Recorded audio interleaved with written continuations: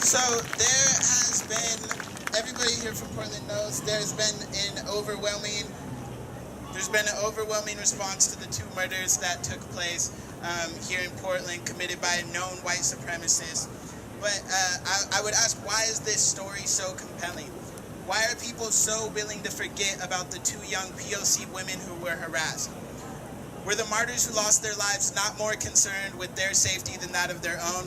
Would focusing on them rather than the deceased not be a great way to honor their memory? It is clear that those who stood up to defend the young women were heroes. In fact, everyone who stands up against white supremacy is a hero. Because it's dangerous. We saw that in Charlottesville. It's dangerous. Anyone who fights against fascism is doing with the understanding that they might lose their life. In fact, this was not even the first time that someone had stood up against Jeremy Christian. Antifa confronted Jeremy Christian in Montevilla and were called thugs for doing so. So if Christian would have stabbed one of them instead of the two heroes on the MAX train, would we still refer to them as thugs? If we wait until a hero dies to applaud them for standing up to fascism, then we are discouraging such bravery. Don't wait until more anti-fascist activists die before we commend their sacrifice. Fascism is dangerous. What are we willing to do about it? The answer is currently very little. Some of us are willing to go to vigils. Some of us are willing to observe moments of silence. Others are even willing to donate to the victims' families. But very few of us are actually willing to make the sacrifice that those men made that day. But at what point did America go from celebrating D-Day and the storming of Normandy to condemning those who so much as punch a Nazi? Now, I want to be clear, I'm not advocating for violence. I'm advocating for taking a stand in the same manner that the heroes did on that fateful day on the MAX train. After all, they are the heroes for a reason. I'm advocating for being willing to put your body on the line, and yes, even your life, to defend the most vulnerable among us from fascism and white supremacy.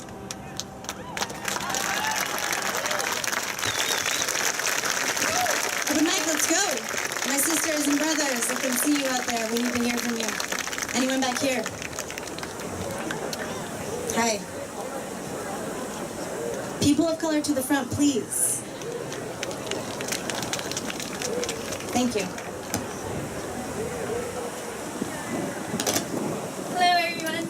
My name is Yoli Cruz Guadalupe Flores, and I am from Oregon. And as usual, I see a lot of white faces. And to you all white people, I want to encourage you and give you the strength that I have to you spiritually, so that you all stand up and interrupt these conversations and interrupt loud white people who are taking too much space and speaking hurtfully of the immigrant population, the refugee population, the Muslim population, the homeless population. I know you all hear it because I hear it. And I don't want to be the focus of white people staring at me, waiting for me to interrupt this loud person. It's not my job.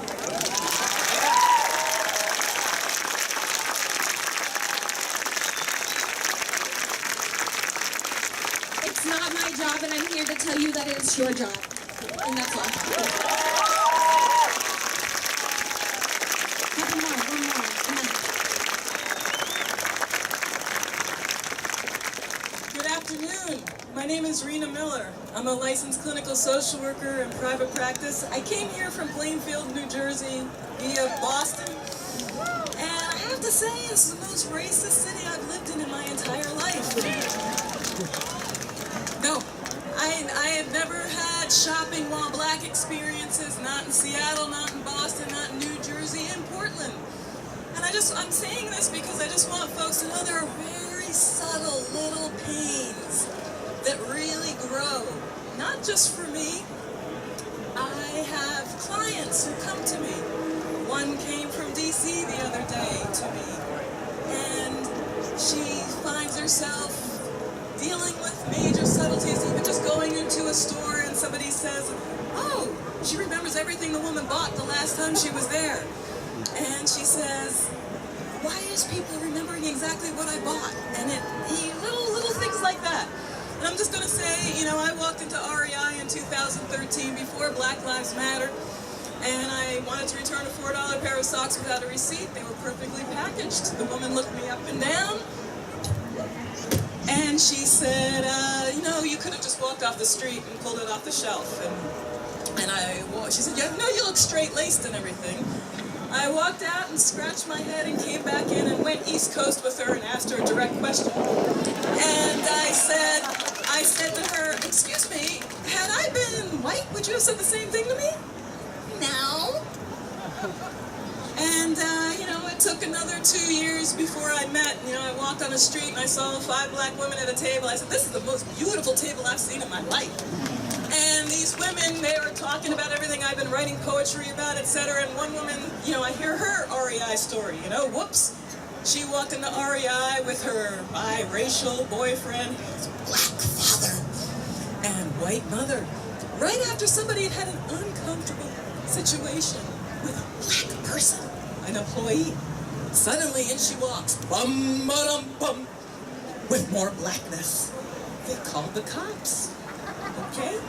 They called the cops because somebody felt uncomfortable. These are small things. Whoops, she was another social worker. She made a big stink of it. I got a little, she got a big reparation anyway. I could go on, but I won't. But I just want you to know these subtle things. They make you scratch your head. They made me wonder, you know, what's happening? You know, what am I doing wrong in the city? Well, one of the things I'm doing wrong is I speak. And I express my opinion. It's not really asked for in this city. But we're all here together. Let's speak. Let's learn to be East Coast. Woo!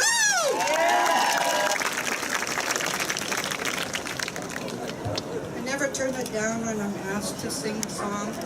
My name's Linda Lippy, and I'm a Assiniboine Sioux from Fort Peck Indian Agency in Montana. I hear a lot of anger and a lot of bitterness. I grew up with racism on the reservation. And one of the things that I had to learn is I had to go past that and forgive people.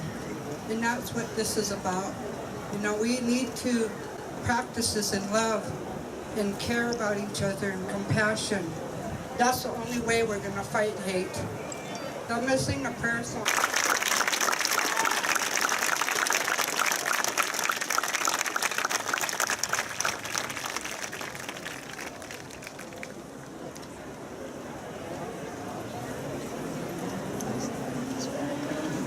Hey Queens, happy Friday. Enough is enough.